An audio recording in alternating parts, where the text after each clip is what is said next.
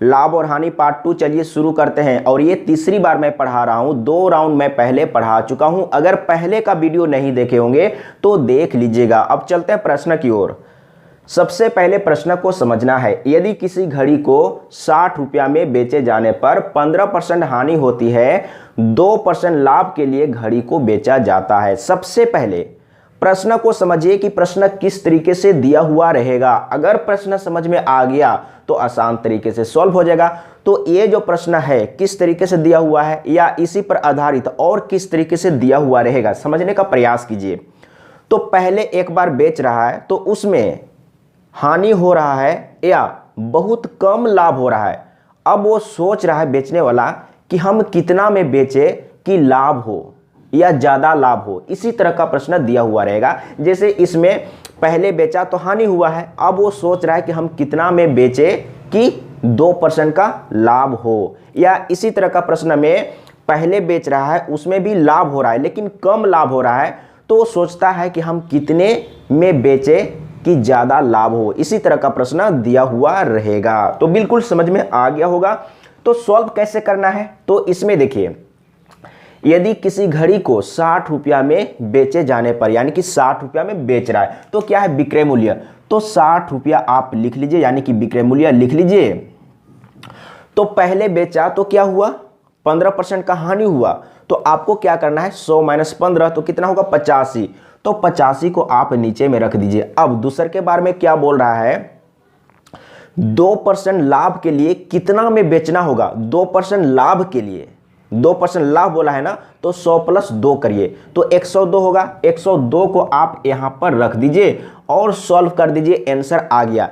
इसीलिए मैंने कहा कि सबसे पहले प्रश्न को समझिए। अगर इसी तरह का प्रश्न कहीं पर भी आता है तो आपको सॉल्व कर लेना है इसी तरीके से। जैसे विक्रय मूल्य दिया हुआ है 60 रुपया, तो पहले बेचा तो क्या हुआ, 15% का हानि हुआ, तो इसीलिए 100 - 15 किए तो यहां पर 85 लिख दिए। अगर पहले वाला में भी लाभ होता तो 100 + लाभ प्रतिशत करते तो यहां पर जोड़ के लिखते। क्लियर है ना।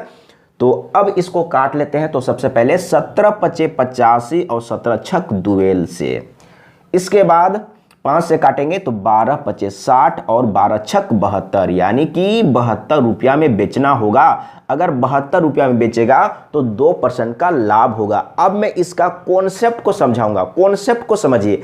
अगर कॉन्सेप्ट को समझ लेंगे तो आप भी इसी तरीके से करेंगे। क्या करेंगे, 60 × सबसे पहले क्या हुआ है, पहले जब बेचा तो 15% का हानि हो गया, तो 100 - 15 तो 85 होगा, तो 85 को यहां। इसके बाद दूसरे के बारे में बोल रहा है कि 2% लाभ के लिए कितना में बेचना होगा, 2% लाभ बोला है तो 100 + 2 तो 102, 102 को यहां पर रख दीजिए। तो ऐसा क्यों किए, अब ये सबसे बड़ी बात है, ये सबसे बड़ी सवाल है कि ऐसा मैंने क्यों किया। क्या याद रहेगा, बिल्कुल याद रहेगा और याद करने का जरूरत नहीं है, समझने का प्रयास कीजिए।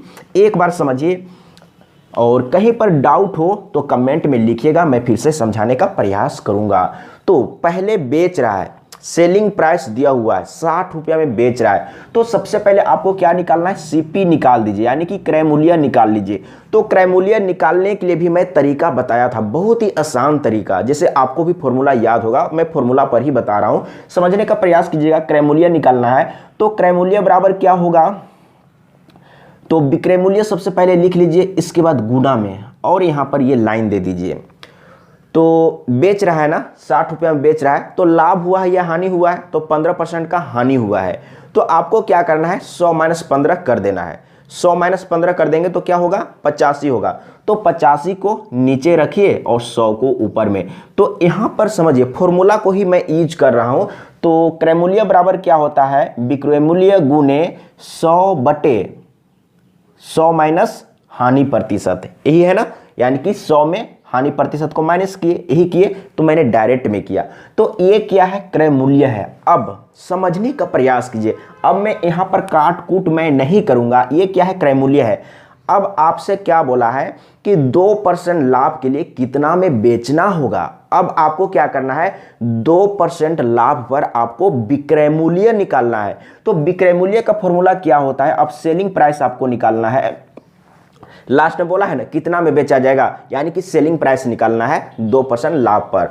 तो हम लोगों को क्रय मूल्य मालूम है, तो जब आप विक्रय मूल्य निकालते हैं तो क्या करते हैं, विक्रय मूल्य बराबर क्रय मूल्य इनटू, तो क्रय मूल्य को सबसे पहले लिखिए, क्रय मूल्य कितना है, तो इतना ये क्रय मूल्य है, समझने का प्रयास कीजिएगा। ये टोटल क्या है, क्रय मूल्य, तो क्रय मूल्य इनटू, अब क्या करेंगे, तो हम लोग क्या निकाल रहे हैं, विक्रय मूल्य निकाल रहे हैं ना, तो अब यहां पर समझने का प्रयास कीजिएगा। तो ये तो क्रय मूल्य है और हम लोग निकाल रहे हैं विक्रय मूल्य, तो जब भी आप विक्रय मूल्य निकालेंगे तो क्रय मूल्य इंटू 100 नीचे में रखेंगे और ऊपर में क्या करना है, तो क्या हुआ है, 2% का लाभ हुआ है, तो 100 प्लस 2 तो 102 होगा, तो 102 को यहां पर रखेंगे। अगर हानि होता तो माइनस करके लेते हैं, क्लियर है ना।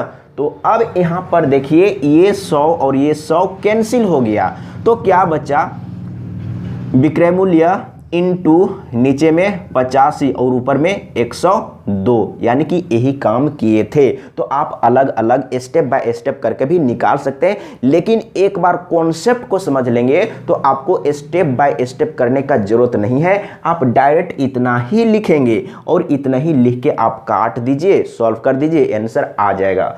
तो अब इसको फिर से काट लेते हैं, तो 17 पचे 85, 17 छक दुएल से और 12 पचे 60 और 12 छक 72, राइट आंसर आ गया है। यही काम करना है। अब मैं आप लोगों को होमवर्क दे देता हूं, 2 प्रश्न को सॉल्व जरूर करिएगा और आंसर जरूर बताइएगा कमेंट में लिख के। तो चलिए होमवर्क में दूसरा नंबर प्रश्न, सेम प्रश्न है, मैं एक बार पढ़ के समझा देता हूं। यदि एक रेडियो सेट 1120 रुपया में बेचा जाए तो 40% लाभ होता है, 60% लाभ कमाने के लिए इसे कितने में बेचा जाएगा, यानी कि पहले बेचा तो 40% का फायदा हुआ, लेकिन लालची बेचने वाला, लालची दुकानदार सोचता है कि मैं कितना में बेचूं कि मुझे 60% का लाभ हो सके। तो क्लियर है ना। अब तीसरा प्रश्न, ये जो प्रश्न है इसको आप सॉल्व करिएगा। एक प्लॉट को इकाई दहाई सैकड़ा 1000 10,000 37,400 रुपया में बेचने से विनोद को, वहां पर विनोद में स्पेलिंग मिस्टेक हुआ है, विनोद को 15% हानि होती है, वह इसे कितने रुपये में बेचे कि उसे 15% लाभ हो। बहुत ही आसान है, ये 2 प्रश्नों को सॉल्व करके जरूर बताइएगा और इसी तरह का प्रश्न एग्जाम में आता है। तो आज के लिए इतना ही। जय हिंद, वंदे मातरम।